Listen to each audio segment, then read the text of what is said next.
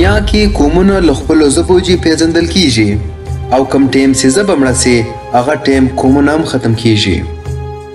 او د دغه غټ مثال نن سبا یورپ ده چیرې چې هر ملک له خپلې ژبې له وجې پیژندل کیږي. یورپ کې نن دوی خپل 1000 کاله پخوانی رسم رواج نه کوي، خالي دوی ژبه ژوندۍ ده او دغه له وجې دوی دنیا کې پیژندل کیږي. او یورپ کې هر ملک دوی خپل ژبه نه ملي ژبه ده بلکې دا دفتري او سرکاري ژبه هم ده او سکولانو کې دوی ژبې ویل کیږي او ورښول کیږي هم. او داسې بیا یورپ کې دوی ژبه دوی نېشنلیزم ډېره غټه برخه ده او له دغه سره دوی جیوګرافي او دوی تاریخ هم د نېشنلیزم غټه برخه ده. او اوس که موږ خبر وکړو پښتو په ژبه، پښتو ژبه انډو یورپین لینګویجز کې انډو یورانین تعلق لري. او بیا پښتو ژبې کې دوه لهجې پیدا کیږي. یوه لهجه کوم کې چې تاسو ش او ز اوازونه پیدا کولی شئ او بله لهجه کوم کې تاسو خ او ګ اوازونه پیدا کولی شئ. څنګه چې د پښتون تاریخ قدیمي ده دغسې پښتو ژبه هم ډېره قدیمي ده. او موجوده دور کې پښتو کم رایټینګ سکرپټ یا لیکدود چې کم ده هغه له فارسي، عربي او اردو ډېر متاثره ده. په 14مه صدۍ کې د وزیرستان یو لیکوال بایازید پیر روشن هغه تر ټولو اول یو سکرپټ یا لیکدود یې ورښود پښتو دپاره او د هغه نوم و روشني لیکدود یا روشني سکرپټ. دغه کې 140 ټوټل ټکي وو او هغه کې 28 ټکي له عربي جې اخیستل سوي وو او بیا هغه کې 14 ټکي د خپله ورښول. خو موجوده پښتو کم لیکدود چې کم ده هغه نستعلیق ده او هغه کې 45 ټکي دي. د پښتو او د پښتنو تاریخ چې موږ خبر یو ډېر قدیمي ده او د پښتو تاریخ باره کې دغسې ویل کیږي.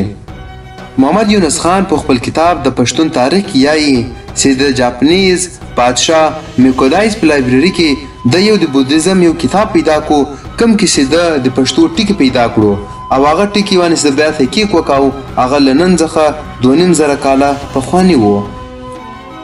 او بیا یو ریسرچ پخوانی پښتو 2500 کاله مخکې د دغه ریسرچ لیکوال خدا لیکي کم ټیم چې د پرشیا بادشاه دایرو شو کم ټیم چې دی وفات سو بیا د باندې یو څه نظمونه ولیکل سول هغه نظمونه په پښتو ژبه کې لیکل سوي وو. نو له دغه چې دا معلومیږي چې پښتو د خپل ټایمه یوه مشهوره ژبه وه. او اوس موږ پښتونخوا او پښتو په خاوره د هغو ژبو، مذهبو او لیکدودونو خبره به کوو کوم چې د خپل ټایم رسېدلې او پرمختګ ژبې وې. دغسې تاسو پیدا کولی شئ نن سبا په هر ملک ډېر ژبې او لیکدودونه شته. خو پښتون په خاوره چې کوم لیکدودونه وو په خپل ټایم هغه د خپل ټایم تر ټولو پرمختګ او رسېدلې ژبې وې. او پخوا پښتنو په خاوره دا ژبې ویل کېدلې او هغه ژبې دي پښتو، اوستا، سنسکریت، ګریک، بیکټیرین یا باختري ژبه او فالوي کوم چې بیا فارسي مخکې راوتلې ده. او بیا پښتون په خاوره کم لیکدودونه وو هغه لیکدودونه یا سکرپټونه دغه دي: میخي لیکدود، خروشتي لیکدود، دیوانګري لیکدود، ګریک یا یوناني لیکدود، ارامایک یا ارامایي لیکدود، عبراني یا هبریو لیکدود. دغه لیکدودونه او دغه ژبې پښتون په خاوره ویل کېدلې. او دلته موږ ګریک یوناني ژبه یا د یوناني لیکدود خبره وکوله او د دغه مطلب دا نه چې دلته ګریک ویل کېدله بلکې موږ پښتو په ګریک او یوناني کوم سکرپټ چې ده په هغه کې موږ پښتو لیکله. او دغو سکو کې تاسو کتلی شئ دغه چې کوم خط لیکلی ده دغه هغه زړه پښتو ده کوم چې په یوناني سکرپټ یا لیکدود کې لیکل شوی ده. او داسې نورې ډېرې سکې تاسو په کابل او پېښور په میوزیمو کې پیدا کولی شئ. او بیا چې کم ټایم عرب یرغلونه وکول د عربو حملې پښتون تاریخ ته بیخي زیات تاوان ورساوه. او د عرب حملو نتیجه دا وه چې پښتنو خپله خپلواکۍ وبیلله، پښتنو ژبې ورکې سوې، پښتنو تاریخ ویران سو او د هغه اثرات تر ننه پرسته. دغه جنګ هغه ټیم شروع سو او بیا شروع ده تر اوسه پر لا روان ده.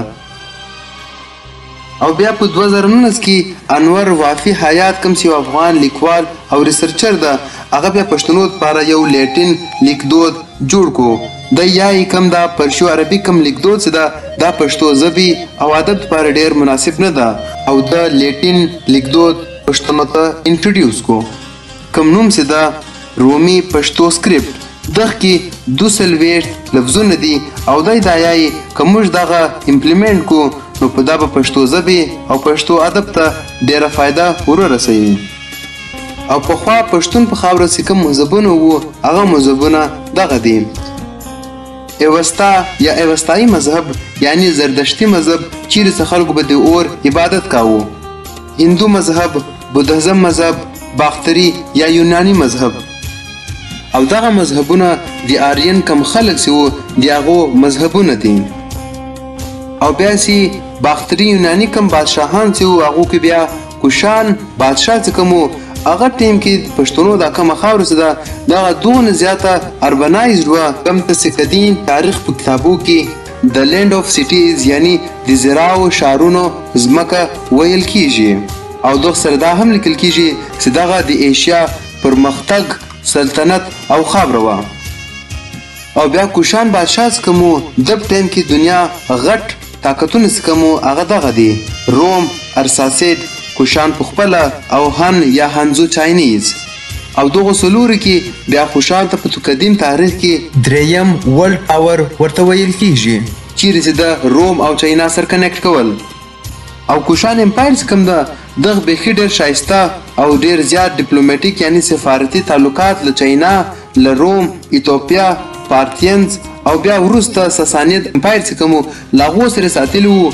او د دغه دا فایده ورسېدله چې پښتون په خاوره تجارت ډېر پر مخ ولاړی. او له هغه له وجې دغه دلته چې کوم خلک پراته وو دغه بیخي ډېر زیات آباده او مالداره سو. او بیا کوشان بادشاه چې کوم ده دغه ټیم کې بیا بودیزم مذهب چې کوم ده دغه له پښتون له خاوره بیا چاینا ته ولاړی. او دا ټیم پښتنو زیاتره زردشتي مذهب کاوه، هندو مذهب یې کاوه یا بودیزم مذهب یې کاوه.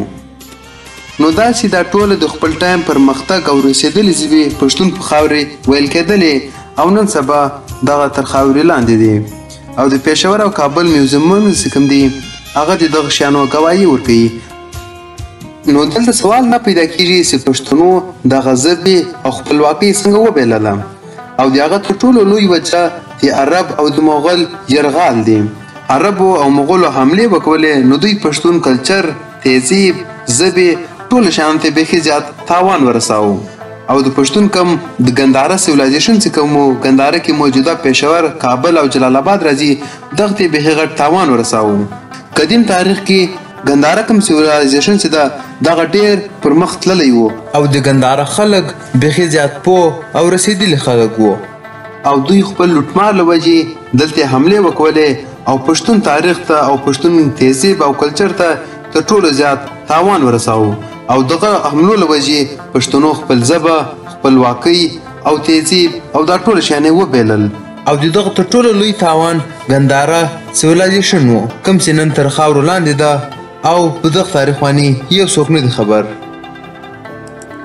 او کم ټیم چې بیا پښتو انجمن 1931 کې، کابل یونیورسټۍ 1932 کې او پښتو ټولنه 1930 کې جوړه سوه، هغه بعد بیا پښتو پر ژبې او پرمختګ باندې ډېر کار وسو. او احمد شاه دراني ټایم کې پښتو یوه سرکاري ژبه وه او پیر محمد کاکړ خپل کتاب ولیکو هغه ټایم او د هغه نوم و معرفت الافغاني یعنی د نالج آف پښتو یا افغاني. او داسې بیا نواب محبت خان کوم چې د حافظ رحمت خان زوی و هغه باید پښتو ګرامر ونې تر ټول اول کتاب ولیکو 1905 کې.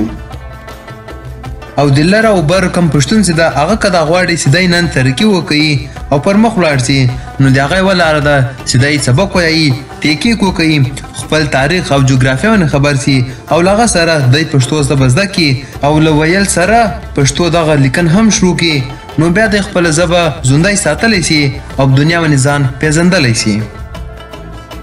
تاسو که دا ویډیو خوښه شوي دا ویډیو لایک کړئ، شیر یې کړئ او که څه رایې لرئ هغه په کمنټ کې راکولی سئ.